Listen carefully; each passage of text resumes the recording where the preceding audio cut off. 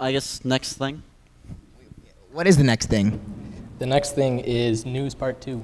Oh, we're going to go back to some news then. Here's some more news. Our top story tonight. The reporters from thesmokinggun.com who exposed James Fry have launched several new investigations to challenge the journalistic integrity of various other authors. As a result, sadly, J.K. Rowling has confessed to embellishing aspects of her recent book, the top-selling Harry Potter and the Half-Blood Prince. Rowling says she embellished certain events in order to make the story more exciting. We'll be back right after now. Hey, how's it going? Oh, hey. Anyway, apparently we've got some breaking news. So we're going to go to Ryan. You have to wait for the graphic. Just say it again. Say breaking news again. Breaking news. Okay, thanks. Move on. Yeah. Anyway, Ryan Lewis is out in the field with some breaking news. Breaking news. Yeah, that's about enough of that. Okay. In our top story tonight, a Saugus man is voicing his concern that his 7-year-old daughter is being educated inappropriately. The man was shocked when his daughter recently brought home a coloring book about AIDS she received at school. The coloring book explains that AIDS are transmitted through needles and sexual intercourse. It also describes what happens to people who contract and eventually die from AIDS. This information is accompanied, of course, by pictures that can be colored by the students. Well, what's so bad about that? Well, daughter is 7 years old is what's so bad about that. Well, yeah, I know, but it's a coloring book. I mean, how bad can it be? Pretty bad. I got this fax today of a couple of the pages from the book. Take a look. This is a game, and it's called Find All the Dirty Needles in the Crack House. Oh, that's... Oh. See what I'm talking about? It's pretty bad. Yeah, this is what I'm saying. Hey, I found one. Anyway, the father would like to make it clear that he has nothing against AIDS personally. He just doesn't believe that his young daughter should be exposed to such heavy stuff yet. When asked if he would be in favor of an AIDS paint-by-numbers book or perhaps a book of AIDS-related crossword puzzles, the man hung up the phone and hasn't answered since. In other news... Hey, it says there's 6, but I can only find 5. Okay, Jory. Anyway, wait. I only found 4 of them. Where'd you find 5? Yeah, there's one sticking out of the hobo's eyeball right here. I completely missed that. Anyway. Breaking. It must be sticking or something. Breaking.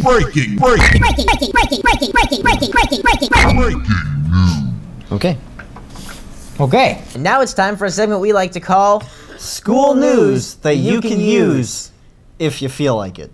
In school news, Terra Nova State testing was conducted earlier this month, and juniors like Jory and I had a great time. Wasn't Terra Nova testing a blast? Yeah, they really were a lot of fun. I don't know about you, I had a little bit of difficulty with the picture analogies. Yeah, what was up with those? Man, picture analogies? Those were horrible. Yeah. For those of you who don't really know what we're talking about, a large portion of the test was made up of these really mind-boggling picture analogies. We actually talked to the Terra Nova people and got a few example questions to put this in a little bit more context. So, take a look. Apple is to couch as George Washington is to A. Snowman, B. Wrench, C. Recycling, or D. Ringmaster.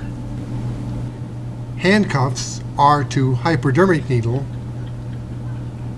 as forklift is to A. Music, B. Leaves, C. Clark Kent, or D.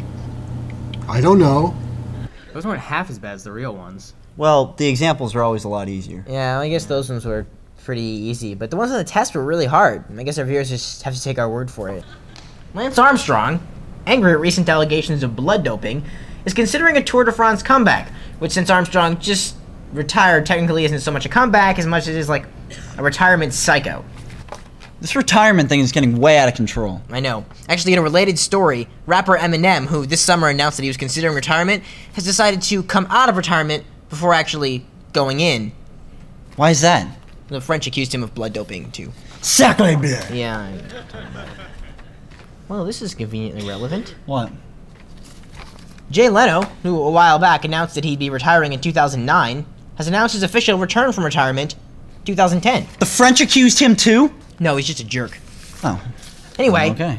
here at Righteous TV, we wish Armstrong the best of luck, while hoping that he actually does retire soon, because, I mean, Cheryl needs attention too. Actually, for more on that, here's Ryan Lewis. Ryan? Hey, Cheryl. I'm Ryan. Listen, is Lance treating you alright? I mean, do you feel loved? Do you feel important? I like to make a woman feel important. I can be a strong man, too. If you need me to be. I ride a bike just like Lance, but I do it in moderation. If you wanted me to retire, I totally would. So anyway, I mean, you're probably happy and all. But if you're not, give me a ring.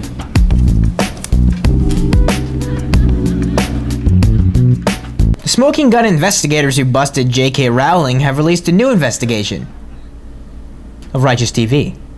Oh no. Yeah, apparently we've been accused of embellishing over 60 news stories. Oprah is so gonna get us.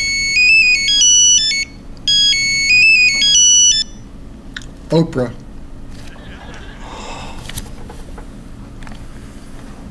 Hello?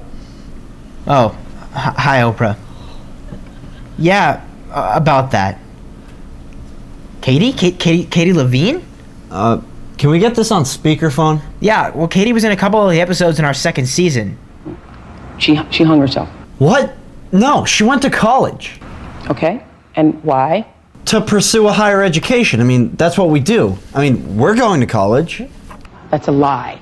Prussian Blue, a Bakersfield, California musical group, has been getting a lot of negative attention lately. Attention that has actually led to the group's two members, 13-year-old twins Lamb and Lynx Gade, to go into hiding. You see, Prussian Blue is at the forefront of a new musical genre, defensive racist pop music.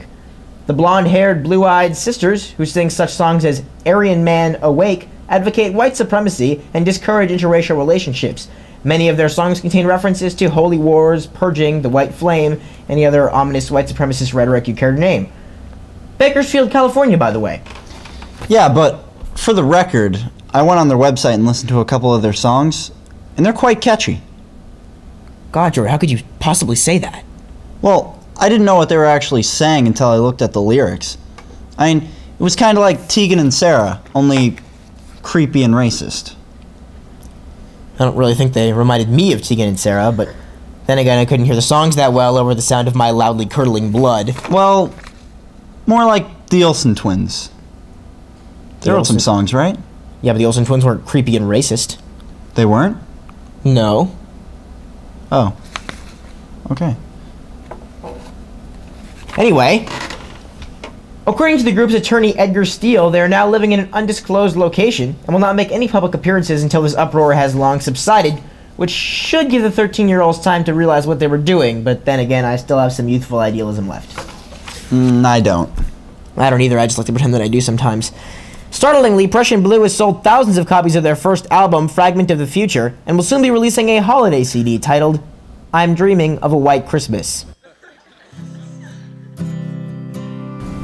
Twin sisters Lamb and Lynx are at the forefront of the defensive racist pop music scene and are poised to break out into the mainstream circuit. They've been playing music since before they could even utter racial slurs. But did you know that they also do charity work? The sisters volunteer twice a week at the local Humane Society, euthanizing sick animals into the sweet hereafter. Lamb and Lynx both have blonde hair and genetically superior blue eyes. Their favorite time of year is winter. Here's a snowman they made when they were only 3 years old. Their favorite ice cream is vanilla, and their favorite novel is Moby Dick. They're big fans of white chocolate, pure cocaine, sugar, cotton plantations, any kind of plantations really, marshmallows, not s'mores though, they don't believe those colors should intermingle, and crest whitening strips. Their favorite bands are the White Stripes and Whitesnake, and their least favorite bands are the Black Crows, the Black Eyed Peas, the Black Keys, and Barry White. They aren't sure how to feel about Michael Jackson. This has been RTV's Artist Profile, Prussian Blue. Visit them on the web. The problem that we actually had was after we did that news story, Jory walked around for weeks singing that song. And anyway, we should probably mention something about this. I don't know if all of you are familiar with a website called YouTube.com, but we put a couple of our videos on there, and one of them was Prussian Blue. So sometime if you have some spare time and you go to YouTube.com, search Prussian Blue and look up the Righteous TV skit and go to the comments section, because what are we at now, comment-wise? Like 67, I think. Yeah, well, we got a lot of comments from white supremacists who were a little upset about the skit. Seriously, there are a lot of them, and they've been posting, like, they post every day. They post more messages. Not that many insults directed at us, although there was something about I had black nails in the skit. They took a shot about that, but mostly it's white supremacists and people who aren't white supremacists fighting it out on the comment page. So. It's quite entertaining. Yeah, it's good reading sometime if you're bored and you want to check that out. We're kind of freaked out by it.